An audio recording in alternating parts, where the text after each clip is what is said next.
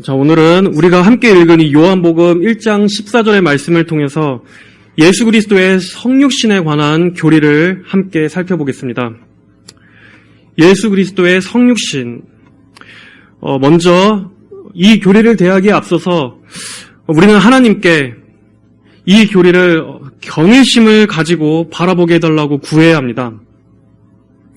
크게 두 가지 이유에서 그렇습니다. 먼저 이 교리가 가지고 있는 신비함 때문입니다. 여러분, 성육신이 무엇입니까? 하나님의 아들께서 인간의 몸을 취하시고 이 땅에 오신 사건을 말합니다. 예수님의 성육신은 우리 인간의 이성으로는 이해될 수도 없고 받아들이기도 어렵습니다. 그 누구도 이 성육신의 신비를 온전히 이해할 수 있는 사람은 없습니다. 그만큼 성육신이란 인간의 이해를 초월하는 것입니다.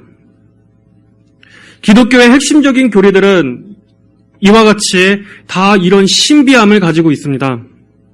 그것이 구원이 인간이 고안해낸 것이 아니라 하나님께서 세우신 것이기 때문입니다. 인간을 구원하시기 위해서 성자 하나님께서 인간의 몸을 취하신, 이렇게 우리가 전혀 상상할 수도 없는 방식으로 하나님께서는 놀라운 지혜를 발휘하셨습니다. 하나님의 구원 방식 전체가 다 놀랍지만 특별히 이 성육신은 정말 신적인 지혜가 풍성히 드러나 있는 교리입니다. 그러므로 우리는 난해하다는 이유로 피할 것이 아니라 오히려 하나님께서 크신 지혜와 능력을 발휘한 이 교리를 경탄하는 심정으로 바라봐야 할 것입니다.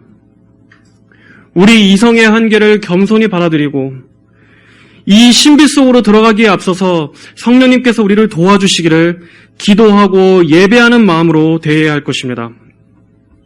또한 우리가 성육신 교리를 경외심을 가지고 대해야 하는 두 번째 이유는 이 교리의 중요성 때문입니다. 성육신 교리가 갖고 있는 난해함 때문에 자칫 우리는 그래서 이게 나와 무슨 상관인가 하는 생각이 들 수 있습니다. 너무 추상적이고 또 너무 초월적인 교리처럼 느껴지기 때문입니다. 우리는 하나님의 진리를 대할 때도 은연중에 편식하는 경향이 있습니다. 나와 직접적인 관계가 있고 또 나에게 감동을 주는 교리는 좋아하지만 조금만 어렵거나 또 어떤 깊은 이해를 필요로 하는 교리를 대하게 될 때는 몸이 건조하게 지루하게 반응할 때가 많습니다. 그것이 아무리 중요한 교리라 할지라도 우리는 단지 어렵다는 이유로 탐구하기를 피하는 것입니다. 하지만 성육신 교리는 우리의 구원과 아주 밀접한 관계를 가지고 있습니다. 예수님의 성육신이 없었다면 여러분의 구원도 없습니다.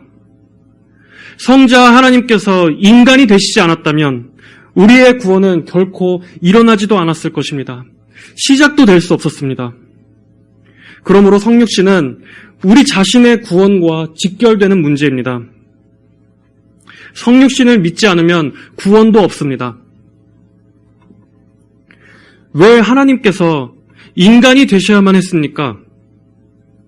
이 방법 말고 다른 방법은 없었습니까?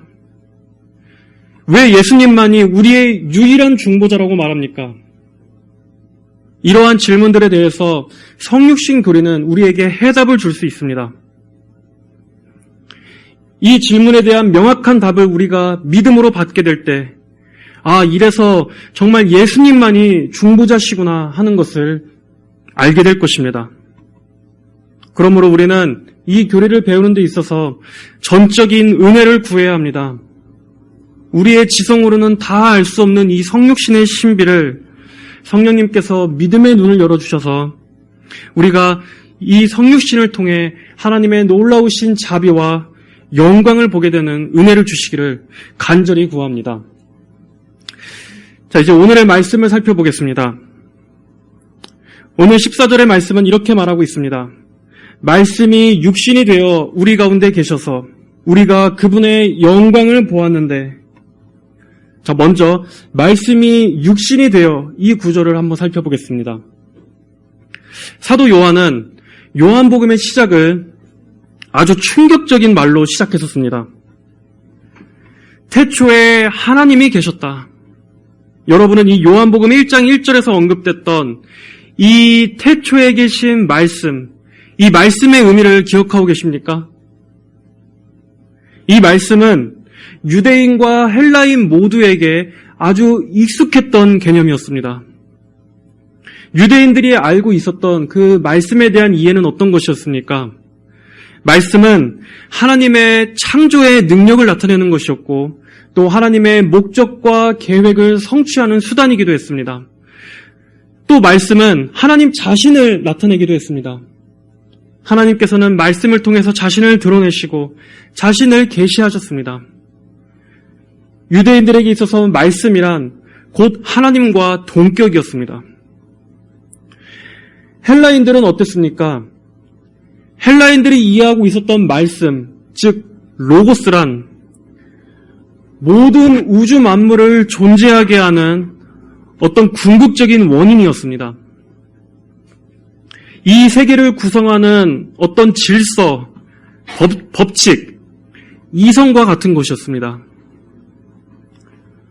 헬라인들에게 있어서 말씀이란, 이 로고스란 이 세계의 근본을 이루는 가장 핵심적인 어떤 힘 같은 것이었습니다. 그러나 그 로고스는 비인격적인 것이었습니다.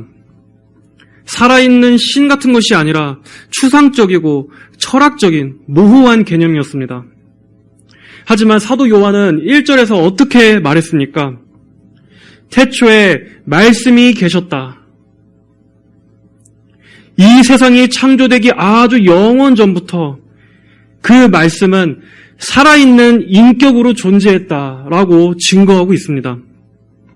그리고 이어서 그 존재가 하나님과 함께 계셨고 그분이 하나님이셨다라고 하는 아주 충격적인 주장으로 요한복음은 시작했었습니다.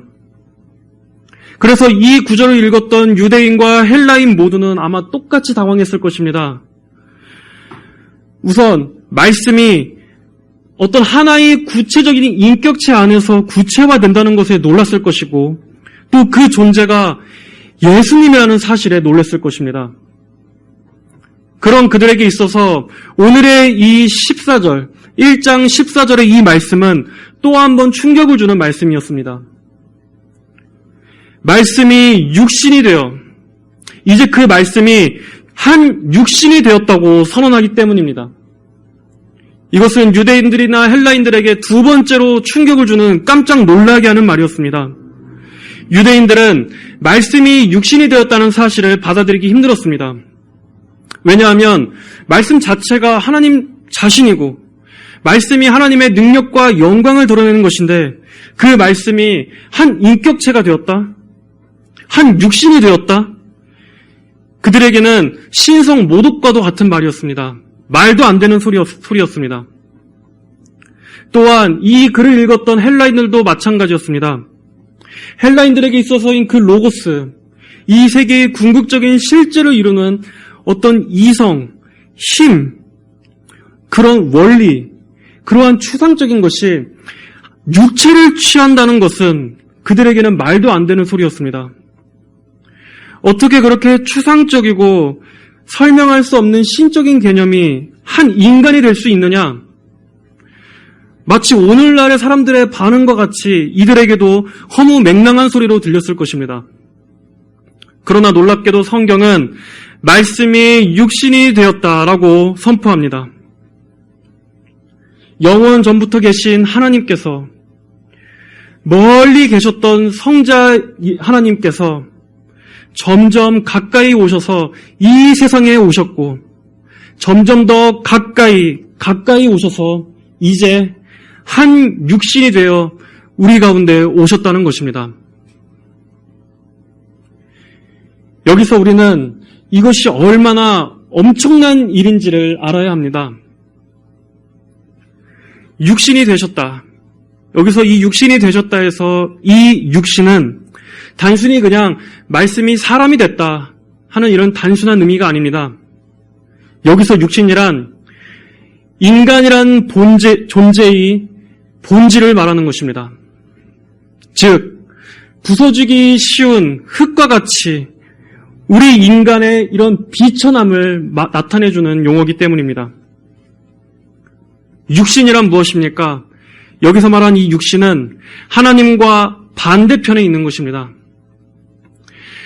여러분, 하나님은 전능하시지만 인간의 육신은 어떻습니까?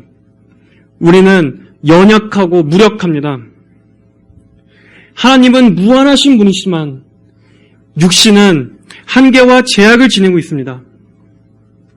우리 하나님께서는 영원 불변하신 분이지만 육신은 죽을 수밖에 없는 존재, 썩어 없어질 수밖에 없는 존재입니다. 이렇게 하나님과 육신은 아예 서로 어울릴 수가 없는 것입니다. 하나님과 육신 사이에는 무한한 거리가 있습니다. 거기다 우리 인간은 어떤 존재입니까? 죄로 인해서 하나님과 우리 사이에는 거대한 심연이 있습니다. 우리는 하나님으로부터 쫓겨난 존재이지 하나님과 가까이 할 수 있는 존재가 아닙니다. 그러나 성경은 말씀이 육신이 되어라고 증거하고 있습니다.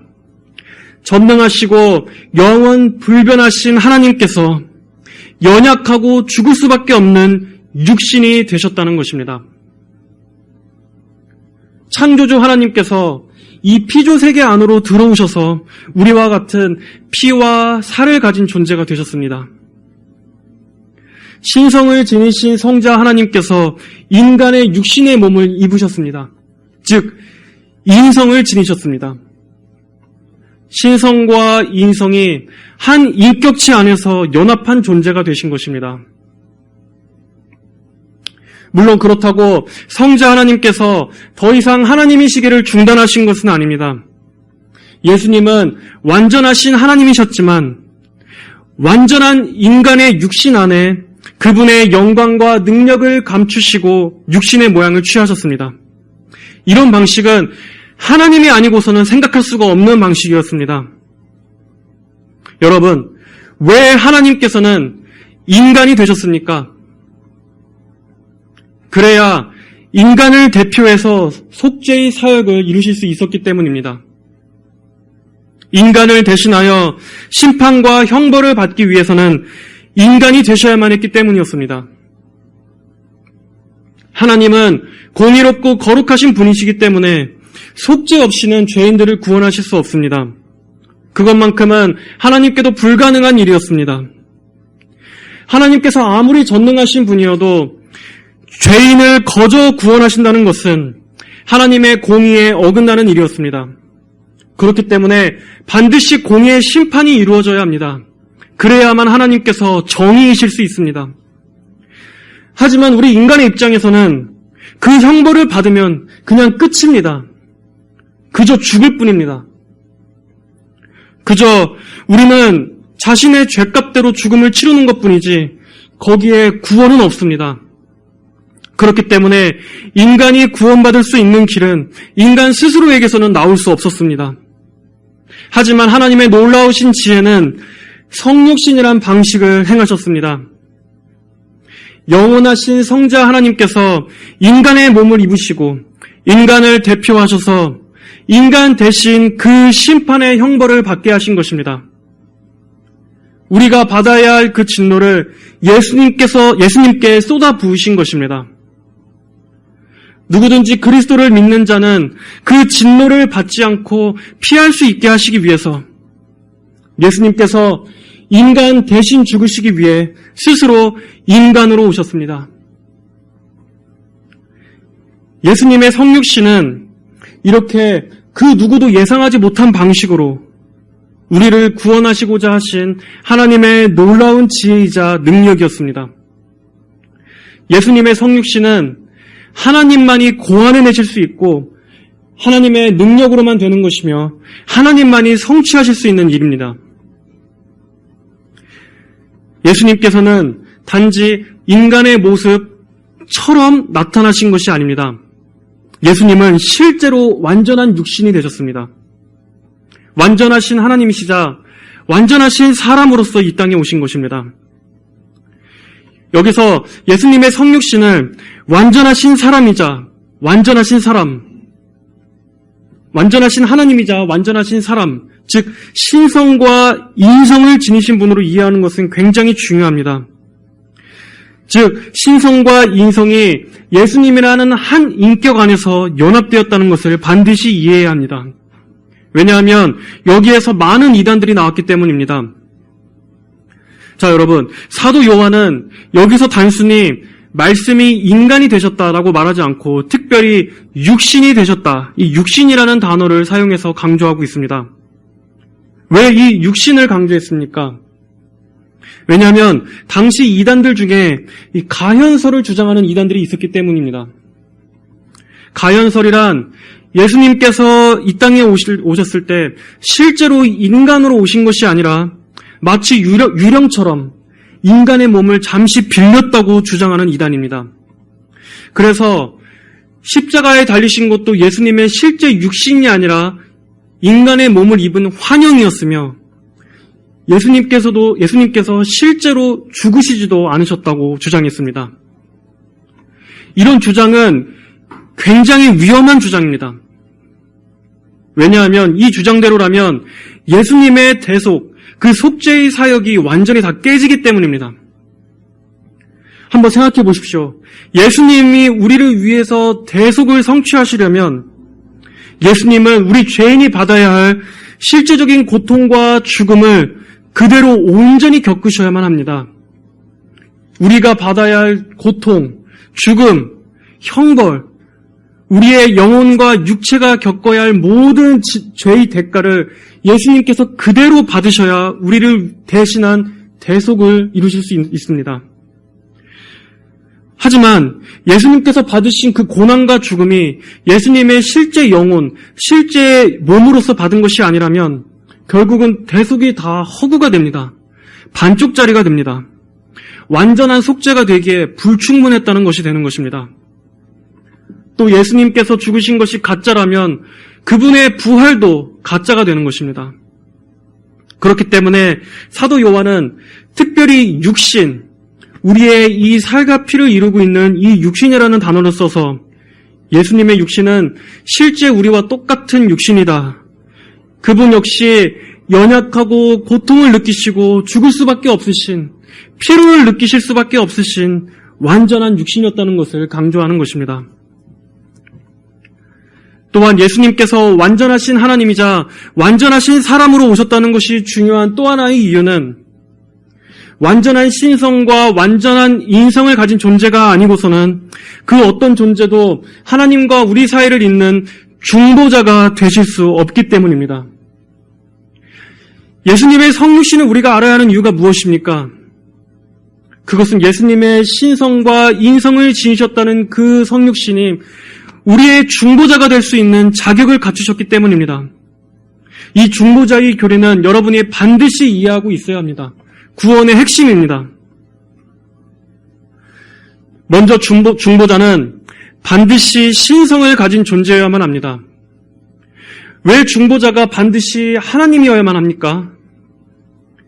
왜냐하면 신성을 가지신 성자 하나님만이 성부 하나님의 그 무서운 진노의 형벌을 감당할 수 있기 때문입니다.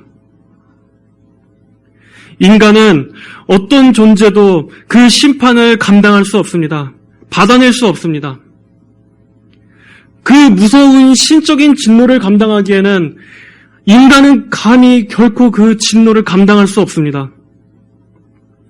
성자 하나님만이 인간이 감당할 수 없는 그 형벌과 심판을 온전히 받으실 수 있습니다.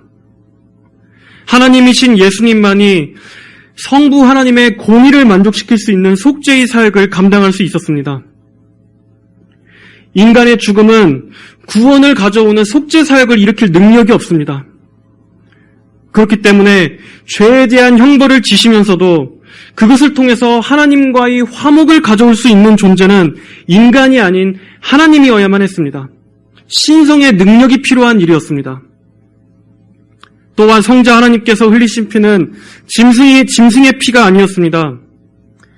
예수님께서 흘리신 피는 무한한 용서와 영원한 효력을 가져오는 피였습니다.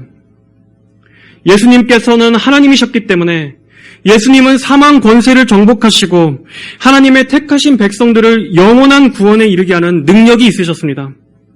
그렇기 때문에 중보자는 반드시 신성을 가진 하나님이어야만 했습니다. 하지만 한편으로 중보자는 반드시 완전한 인간이어야만 했습니다. 왜냐하면 중보자는 인간의 대표자가 되어야 했기 때문입니다. 인간이 죄를 지었기 때문에 반드시 인간이 그 죄를 감당해야 합니다. 우리의 첫 대표자였던 아담은 실패했었습니다.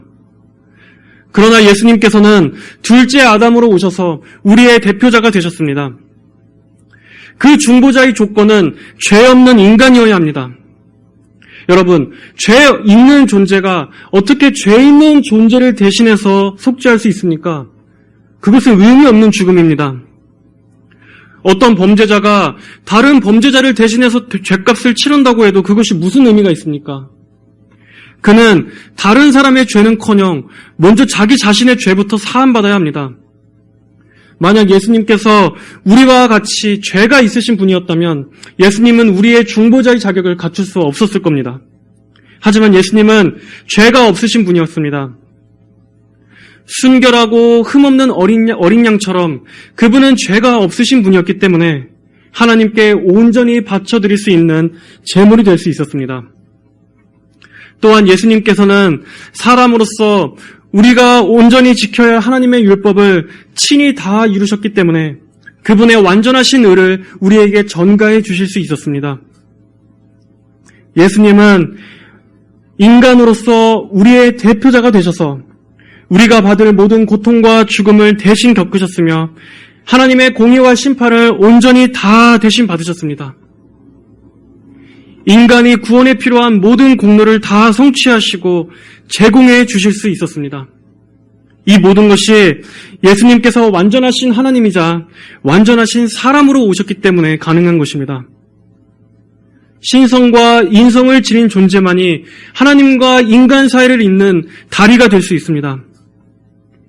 그러므로 우리는 예수님 외에는 그 누구도 우리의 중보자로 둬선 안 됩니다. 하나님과 인간 사이에 예수님이 아닌 다른 존재를 내세우는 그러한 어리석은 큰 죄를 범해서는 안 됩니다. 마리아나 석가모니도 죽을 수밖에 없는 그저 한 명의 인간일 뿐입니다. 그들 역시도 죄를 지니고 태어난 죄인일 뿐입니다. 이만이든 정명석이든 그 누구든 죄로 부패한 추악한 죄인일 뿐입니다. 그 어떤 존재도 인간은 하나님과 인간 사이의 매개자가 될 수 없습니다. 만약 그것을 주장한다면 그는 적그리스도의 영을 가진 자입니다. 오직 그리스도 외에는 신성과 인성을 지니신 예수님 외에는 하나님과 우리 사이를 잇는 중보자가 없다는 것을 우리는 확실히 믿어야 할 것입니다.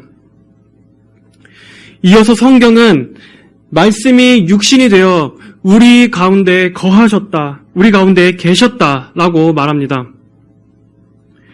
여기서 우리 가운데 계셔서라는 말은 이 말은 우리 가운데 장막을 치셨다라는 뜻입니다.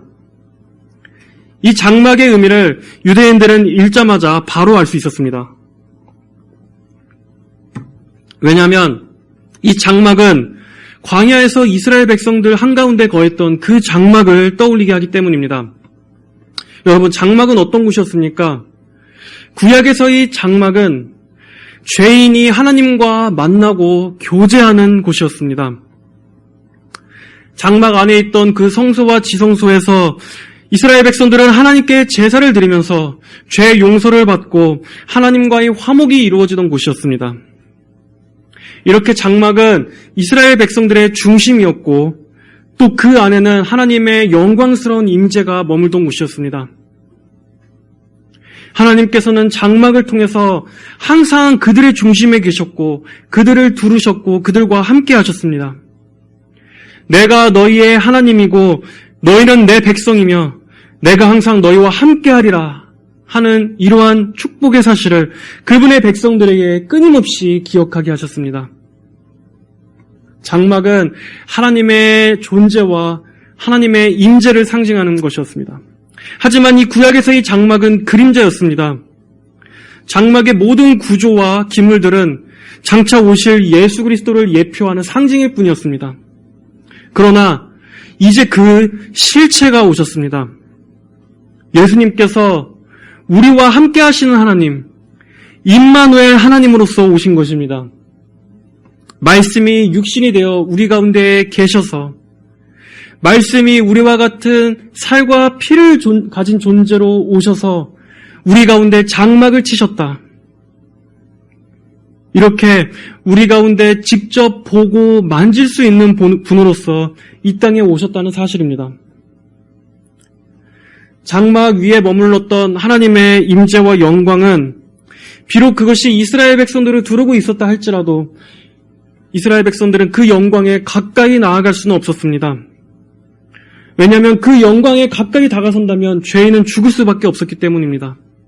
너무나 거룩하신 영광 앞에 부정하고 불의한 존재는 다가가면 바로 죽음이었습니다. 그 정도로 하나님의 거룩은 두려운 거룩이었습니다. 하지만 이스라엘 백성들이 짐승의 피를 흘리고 제물의 희생을 통해서 하나님께 나아갔던 것처럼 이제는 예수님께서 친히 우리를 위한 희생 제물이 되어주셔서 하나님께 나아갈 수 있는 길을 활짝 열어주신 것입니다. 그래서 예수님을 통해서만 하나님께 나아가고 예수님을 통해서만 하나님을 만나고 예수님을 통해서만 하나님과 교제할 수 있도록 영원한 화목 제물로서 예수님은 하나님과 우리 사이를 잇는 그 화평의 다리로서 오신 것입니다. 성자 하나님께서 이 땅에 오신 것은 십자가에 달려 죽으시기 위해서 오신 것입니다. 죄인들을 구원하시려고 죄인들을 대신해서 죄인의 위치에 서셔서 대신 죽으시려고 이 땅에 오셨습니다. 그리고 부활을 통해서 우리에게 영원한 생명을 가져다 주시기 위해 그분의 육신의 몸으로 죽으셔야만 했습니다. 하나님께서는 이렇게 하지 않으셨어도 됐습니다. 하나님께서 이렇게 낮아지시면서까지 우리를 구원하실 의무가 하나님께는 없었습니다. 그러나 우리를 향하신 하나님의 그 사랑과 긍휼은 친히 사랑하시는 독생자를 이 어둡고 사악한 땅에 내려 보내시면서까지 그 아들을 죽이시면서까지 우리를 향하신 하나님의 그 사랑을 나타내 보여주셨습니다. 여러분, 이 하나님의 성육신을 보면서 여러분은 이 하나님의 사랑이 얼마나 위대한지를 생각하십니까? 우리는 우리 스스로 구원할 수 없는 존재였습니다. 그러나 하나님 편에서 우리를 구원하시기 위해 하나님께서 자신을 낮추신 것입니다. 우리는 세상을 대하시는 하나님의 방식에 대해서 이런저런 불만을 가질 때가 많습니다. 도대체 하나님께서 살아계신다면 어째서 하나님께서는 이 세상의 불행과 악에 대해서 보고만 계시는가? 어째서 하나님께서는 이 세상을 그처럼 멀리서 방관만 하고 계시는가? 도대체 하나님의 다스림과 하나님의 은혜와 하나님의 사랑이 어디에 나타나 있는가? 항의할 때가 많습니다. 그러나 그리스도의 이 성육신을 바라보십시오. 하나님께서 죄인들을 구원하시기 위해 단순히 이 세상의 어떤 제도의 개혁이나 도덕적인 개선이나 어떤 복지만을 위해서가 아니라 인간을 궁극적으로 고통스럽게 하는 이 죄와 사망 권세와 어둠의 세력으로부터 죄와 저주 아래 매여 있는 그 인생들을 구원하시기 위해서 사랑하시는 하나님께서 가장 사랑하시는 가장 아끼시는 그 하나뿐인 독생자를 보내주셨습니다. 하나님께서는 이 세상의 가장 궁극적인 고통을 해결하시기 위해서 하나님께서 모든 것을 내어주신 분입니다. 그것도 추악한 죄인들, 하나님을 거부했던 죄인들을 대신해서 죽게 하시기 위해 사랑하는 아들을 보내주셨던 것입니다. 그러므로 하나님의 사랑을 도대체 어디에서 찾을 수 있는가 하는 분들은 이 성육신 사건을 묵상하십시오. 바로 이 예수 그리스도의 성육신에 우리 인간이 상상할 수 없는 가장 위대한 사랑의 극치가 나타나 있음을 알게 될 것입니다. 지금 예수님께서는 이제 승천하셔서 하나님 보좌 우편에 계시지만 그분은 여전히 우리와 함께 계십니다. 성령을 보내주셔서 우리 교회 가운데 함께 하시고 또 우리 성도들의 가운데 내주하심으로써 함께 하십니다.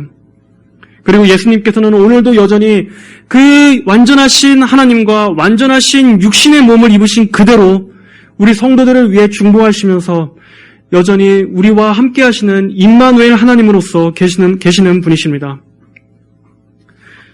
자, 이어서 사도 요한은 우리가 그분의 영광을 보았는데 아버지로부터 오신 유일하신 분의 영광 또는 독생자의 영광이라고 말합니다. 하나님께서 이 세상에 이 예수님을 육신의 몸을 입게 하셔서 보내신 것은 우매하고 무지한 인생들로 하여금 하나님의 살아계신 영광을 직접 보고 눈으로 보고 믿게 하시려는 사랑의 배려였습니다. 예수님께서는 육신을 입으셨지만 예수님은 하나님과 동등하시고 동일하신 하나님이셨기 때문에 그 안에는 신적인 영광이 충만하게 내재되어 있습니다. 그 독생자의 인격 안에는 하나님께서 얼마나 영광스러운 분이신가를 드러내고 있습니다. 우리는 예수님의 말씀을 통해서 또 예수님의 사역을 통해서 그분의 성품을 통해서 하나님을 볼 수 있습니다. 하나님의 영광을 볼 수 있습니다. 하나님의 능력과 무한하신 사랑과 하나님의 그 전능하신 권능을 예수님 안에서 우리는 성경을 통해 볼 수 있고 또 오늘날 우리의 영적인 눈을 통해서도 이 당시 사람들과 같이 여전히 우리는 볼 수 있는 것입니다. 예수님을 통하지 않고서는 그 누구도 하나님을 볼 수 없습니다. 예수님을 통하지 않고서는 하나님의 영광도 알 수 없습니다. 우리는 하나님의 영광 이렇게 얘기합니다. 하지만 우리가 생각하는 영광이랑 어떤 구약에 나타나는 구약적인 영광, 하나님의 그 크고 두려우심, 그 어미하심에만 국한되는 경우가 있습니다. 하지만 예수님의 인격을 통해서 그분의 성품을 통해서도 하나님의 속성과 영광을 알 수 있다는 것을 여러분은 아셔야 합니다. 하나님께서 예수님이라는 이 인격을 통해서 이렇게 직접 볼 수 있게 이 땅에 내려 보내셨음에도 그분을 믿지 않는다면 다른 어떤 방법으로도 하나님을 알 수 없습니다. 예수님만이 우리가 하나님께로 나아갈 수 있는 유일한 통로입니다. 자, 마지막으로 사도 요한은 그분 안에 은혜와 진리가 충만하였다라고 말합니다. 은혜와 진리는 오직 하나님께만 해당되는 말입니다. 그러나 사도 요한은 이 용어를 예수님께 씀으로써 예수님은 우리의 경배를 받으시기에 합당하신 하나님이라고 말씀하고 있습니다. 먼저 은혜는 무엇입니까? 은혜는 받을 자격 없는 자에게 베푸는 호의입니다. 우리는 구원에 있어서 전적으로 소망 없는 자들이었고 전적으로 불능한 자들이었습니다. 결코 스스로를 구원할 수도 없고 우리 자신의 힘으로 의롭게 되는 건 역시 완전히 불가능한 일이었습니다. 그러나 우리 자신이 아니라 바로 이 성육신하신 예수 그리스도를 바라볼 때 우리는 하나님의 은혜를 발견할 수 있습니다. 하나님께서는 죄인인 우리가 죄 가운데 그대로 멸망하도록 방치하지 않으시고 하나님의 크신 은혜로 예수님을 통한 이 구원의 길, 구원의 은혜를 우리에게 열어주셨습니다. 인간의 일생에서 가장 중요한 것은 바로 이 은혜를 발견하는 것입니다. 성육신하신 예수님을 통해서 하나님의 사랑과 구원의 은총을 발견하는 것입니다. 하나님께서 왜 인간의 몸으로 오셨습니까? 그렇게 해서라도 너희들에게 구원의 소망이 있다는 것을 인간으로 하여금 알게 하시기 위한 것이었습니다. 그토록 하나님의 구원을 거절했던 이 세상에 마지막 수단으로서 마지막 계시로서 그 하나님께서 인간의 몸을 입으시고 직접 눈으로 볼 수 있게 나타나셨습니다. 우리가 부정할 수 없도록 아예 인간의 몸으로 우리 가까이에 오셨습니다. 그러나 예수님께서 볼 수 있는 육신의 몸으로 오셨음에도 인간들의 반응은 어땠습니까? 그분을 십자가에 매달아 죽였습니다. 이렇게 인간은 하나님의 전적인 호의마저도 무참히 짓밟는 사악하고 눈먼 존재일 뿐입니다. 하지만 그럼에도 하나님께서는 그 인간의 죄악을 반전시켜서 오히려 죽음을 통해서 승리하시는 놀라운 반전으로 바꿔버리셨습니다. 이렇게 하나님의 구원은 인간에 의해서 실패되지 않는 전능하고 전적인 구원입니다. 바로 이것이 은혜입니다. 우리는 예수님을 볼 때마다 하나님의 은혜의 결정체라는 것을 볼 수 있어야 합니다. 또한 예수님 안에는 진리가 충만하다고 말합니다. 예수님 자체가 진리십니다. 예수님께서는 자신을 가리켜서 길이요 진리요 생명이라고 말씀하셨습니다. 길과 진리와 생명은 예수님의 사역과 성품을 잘 설명해 주는 말씀입니다.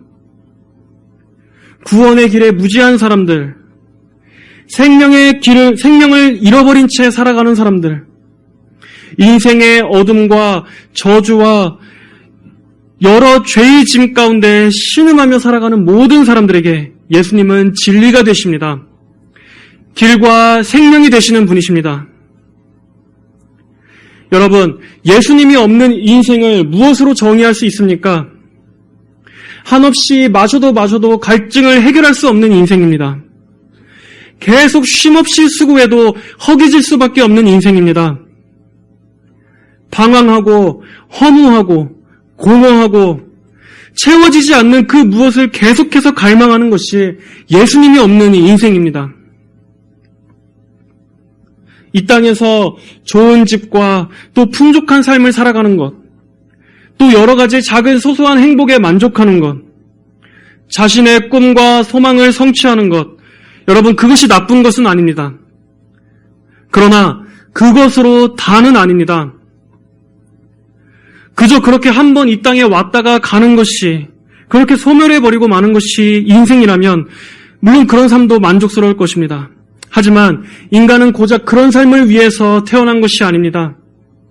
그렇게 허무하게 왔다가 가기 위해서 지음받은 존재가 아닙니다. 사람은 자기를 지으신 하나님께로 돌아가야 합니다. 반드시 죽음 이후에 하나님 앞에 서서 자신의 모든 삶을 고해야 할 때가 모두에게 찾아옵니다. 그때 일평생 하나님과 아무런 관계도 없이 살아왔고 여러분을 대언해줄 그 어떠한 중보자도 없다면 그때는 어떻게 하겠습니까? 일평생 열심히 수고하고 땀을 흘렸지만 하나님과 여러분 사이에 그 어떠한 다리도 없이 오직 여러분 자신만을 위해 살아왔다면 마지막 때 그것들이 다 무슨 소용들이 있겠습니까? 예수님의 성육신은 하나님의 놀라우신 은혜와 사랑이기도 하지만 또한 불신을 핑계댈 수 없는 분명한 증거이기도 합니다. 예수님께서 실제로 이 땅에 사셨고 또 그분께서 실제로 피와 살을 가진 존재로서 이 세계 가운데 거하셨던 분이라면, 그분이 실제 역사 속에 오셨던 분이라면 예수님을 부정하고 거부하는 그 죄는 핑계댈 수 없는 죄일 것입니다. 하나님께서는 어떤 흐릿한 안개와 같은 허구를 믿으라고 하시지 않으셨습니다. 실제 역사 속에 거하셨던 이 한 분을 믿으라고 구체적으로 보내주셨습니다. 그분 안에 신성과 인성을 지니신 유일하신 분으로서 오직 이 중보자를 의지하여 구원을 얻으라고 명백하게 보여주셨습니다. 그러므로 여러분, 예수님의 성육신을 부정하지 마십시오. 예수님만을 하나님과 여러분 사이를 잇는 유일한 중보자로서 받아들여야 합니다. 이 예수님을 떠나서는 구원도 없고 영생도 없습니다. 예수님을 떠나서는 하나님과 여러분 사이를 이어줄 그 어떤 다리도 없습니다. 성도 여러분, 이 예수님을 의지하시길 바랍니다. 그리고 예수님의 성육신을 통해서 여러분을 구원하시기 위해서 직접 나타나신 그 하나님의 그 애절한 구원의 열정을 바라보십시오.